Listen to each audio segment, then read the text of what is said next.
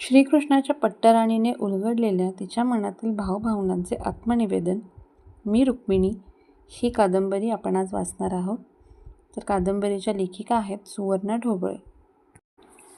मी रुक्मिणी आर्यवर्तातील मानवी मनावर युगानुयुगे अधिराज्य गाजवणाऱ्या योगेश्वराची, महाभारताच्या नायकाची, श्रीकृष्णाची मी ज्येष्ठ पत्नी, द्वारकेची अनभिषिक्त महाराणी. श्रीकृष्ण जरी महाभारताचे नायक असले तरी मी नायिका म्हणून ओळखली जात नाही. महाभारताची नायिका द्रौपदी. आदर्श पतिव्रतेचा मानही तिला मिळाला आहे. आदर्श मातेचा मान वंदनीय कुंती मातेकडे जातो.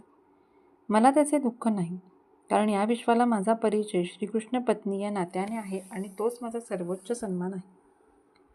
मला त्याचा अभिमान आहे, कारण ते माझ्या जीवनाचे सर्वेसर्व आहे.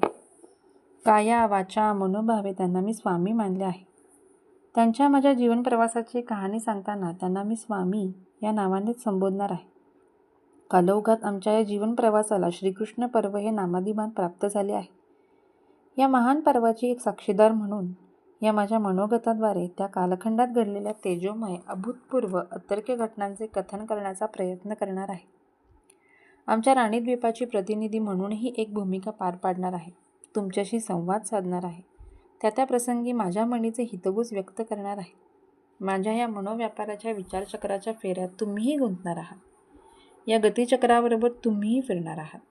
आमचा हा जीवन प्रवास तुमच्यासमोर उलगडून दाखवताना माझ्या मनात वारंवार एक विचार डोकवतो. खरंच मानवी जीवन किती अतर्क्य आहे, नाही का? आमचे जीवन म्हणजे तर अतर्क्य घटनांची एक मालिकाच आहे. स्वामींच्या जन्मापासूनच या मालिकेचा प्रारंभ होतो म्हणा ना. त्यांचे सारेच अतर्क्य.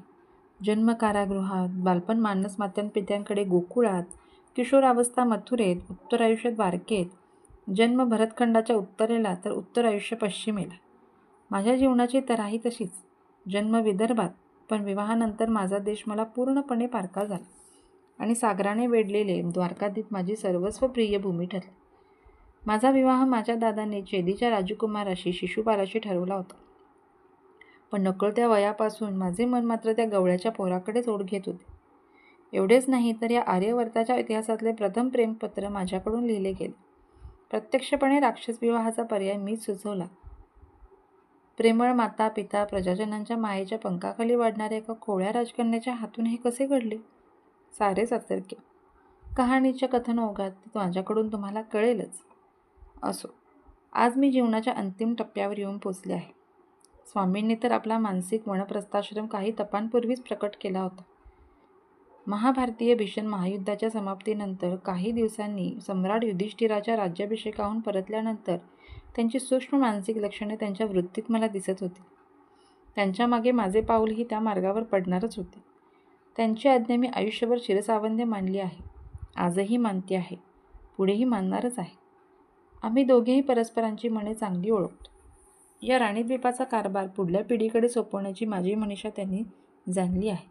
तसं सूचनाही देण्यात आल्या आहेत. मी माझे नैमित्तिक कार्य करणारच आहे, पण अलिप्तपणाने.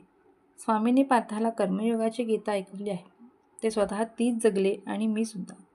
या सुवर्णद्वारकेत पाऊल टाकल्यापासून माझ्या कर्मयोगाला सुरुवात झाली.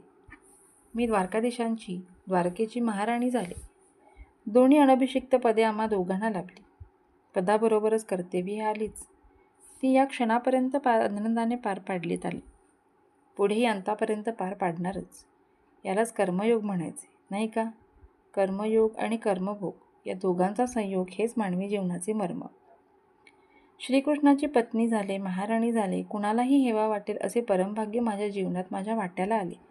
खरोखरच त्या विधात्याची मी शतशः ऋणी आहे. याचा अर्थ असा कुणी घेऊ नये की माझे जीवन म्हणजे फक्त प्राजक्त फुलांच्या मखमली मऊ पायघड्या आहेत. सुखांबरोबर दुःखेही आलीच. सुखांच्या वाटांबरोबरच काटेरी वाटाही आल्याच. त्या बोचऱ्या वाटांवरून चालावे लागले, मन रक्ताळले गेले. मी ही जीवन नौका यशस्वीपणे पार केली ती स्वामींच्या कृपेनेच, त्यांच्या आश्वासक साथीनेच.